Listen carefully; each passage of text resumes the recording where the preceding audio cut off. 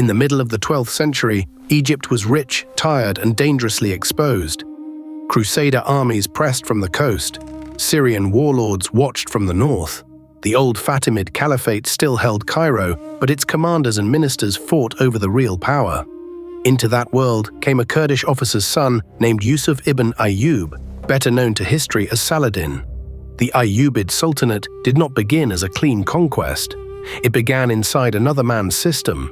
Saladin served Nur al-Din, the powerful ruler of Syria.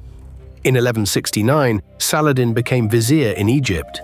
He was supposed to secure Egypt for Nur al-Din, stabilize Cairo, and keep the Crusaders away. Instead, Egypt made him more than a servant.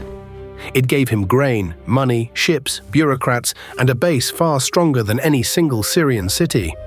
In 1171, Saladin ended the Fatimid Caliphate and restored Sunni authority in Egypt. That was a religious change.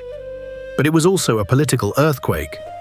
Cairo no longer belonged to an old dynasty. It belonged to a rising military household. Saladin moved carefully. He honored Nur al-Din in public, but he built his own army, placed relatives in command, and turned Egypt into the heart of a new power. The danger was obvious. If Saladin stayed only in Egypt, Syria could trap him. If Syria stayed divided, the Crusader states could survive between them. When Nur al-Din died in 1174, Saladin moved north. Damascus opened to him, Aleppo resisted him, Mosul challenged him. For years, his wars were not mainly against the Crusaders. They were against other Muslim rulers who did not want to be swallowed by a new Ayyubid order. Saladin's genius was not that he always won quickly. It was that he survived slowly. He used siege, marriage, promises, money, religion, patience, and family placement. His brothers, nephews, and sons became governors. Egypt paid for armies in Syria. Syrian prestige justified rule in Egypt. The Ayyubid state grew like a chain across Cairo, Damascus, Aleppo, the Jazeera, Yemen, and the holy cities of the Hejaz. To supporters, Saladin could look like the man who repaired the broken front against the Crusader states. To rivals, he looked like another ambitious prince using holy language to build a family empire. But a chain is not the same thing as a solid wall. The Ayyubids were a family empire. That made expansion easier because relatives could be trusted more than strangers. It also planted the future crisis because every important relative expected a city, a province, soldiers, money, and respect. Saladin could hold the balance while he lived. The question was, what would happen when his hand was gone? First came the great victory. In 1187, Saladin drew the army of the Kingdom of Jerusalem into the dry hills near Hattin. The Crusader force was thirsty, surrounded, and cut away from safety. Saladin's army pressed it until the kingdom's field army broke. The road to Jerusalem opened. When the city surrendered, the shock traveled across the Mediterranean. The Crusader project in the Levant had not ended, but its old confidence was broken. That victory made Saladin famous, but fame brought a heavier enemy. The Third Crusade followed. Richard the Lionheart took Acre and fought hard along the coast. Saladin could not simply throw him into the sea. Richard could not retake Jerusalem. The war became a test of endurance, supply, and nerves. In the end, the coast remained contested, Jerusalem stayed under Saladin's control, and Christian pilgrims were allowed access. It was not total victory, it was survival after glory. Saladin died in 1193. The empire he left behind was impressive, but it was not simple. His sons took pieces. His brother al-Adil maneuvered among them. Damascus, Cairo, Aleppo, and other centers watched each other with suspicion. The Ayyubid Sultanate did not collapse at once because the family still had talent. Al-Adil eventually reunited much of the system. His sons and descendants kept the dynasty alive, but the habit of division never disappeared. The Ayyubids were strongest when they used diplomacy as confidently as war. They negotiated with Crusaders when negotiation bought time. They fought when fighting was necessary. They understood that Egypt was not just another province.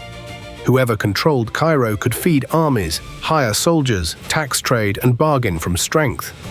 During the Fifth Crusade, the Crusaders captured Damietta in Egypt. but the campaign collapsed when the Nile disease, supply problems, and Ayyubid pressure trapped them.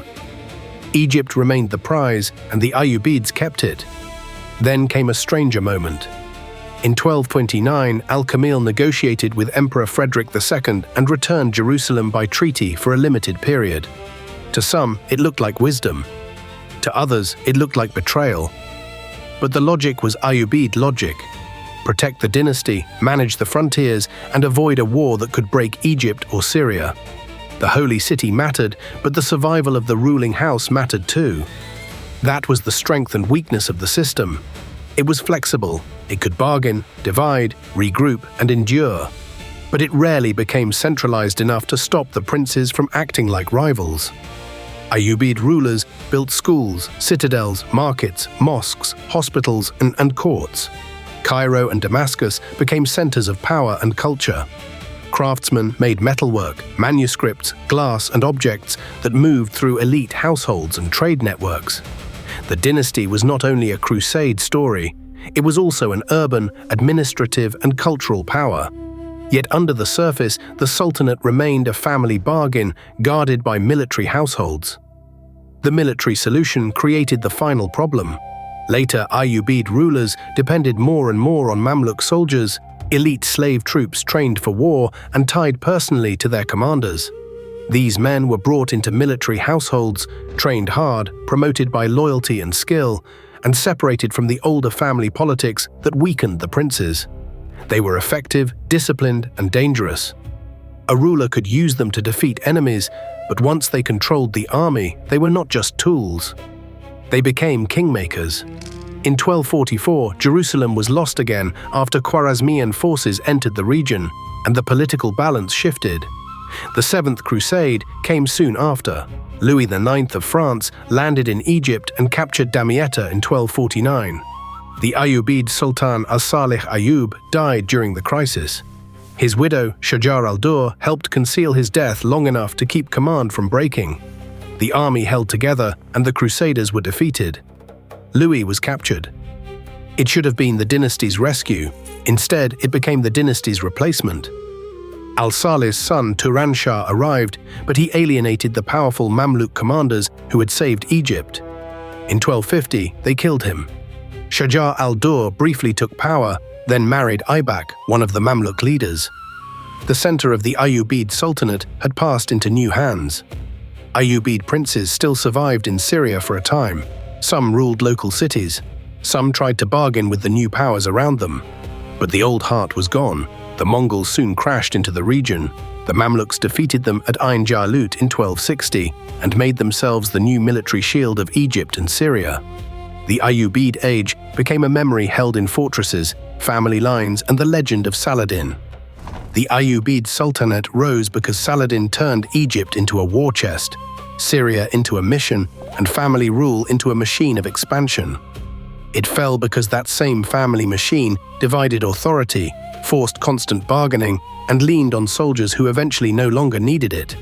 It won Jerusalem, survived crusades, built cities, and reshaped the Eastern Mediterranean. But in the end, the sword arm of the state learned it could rule without the dynasty.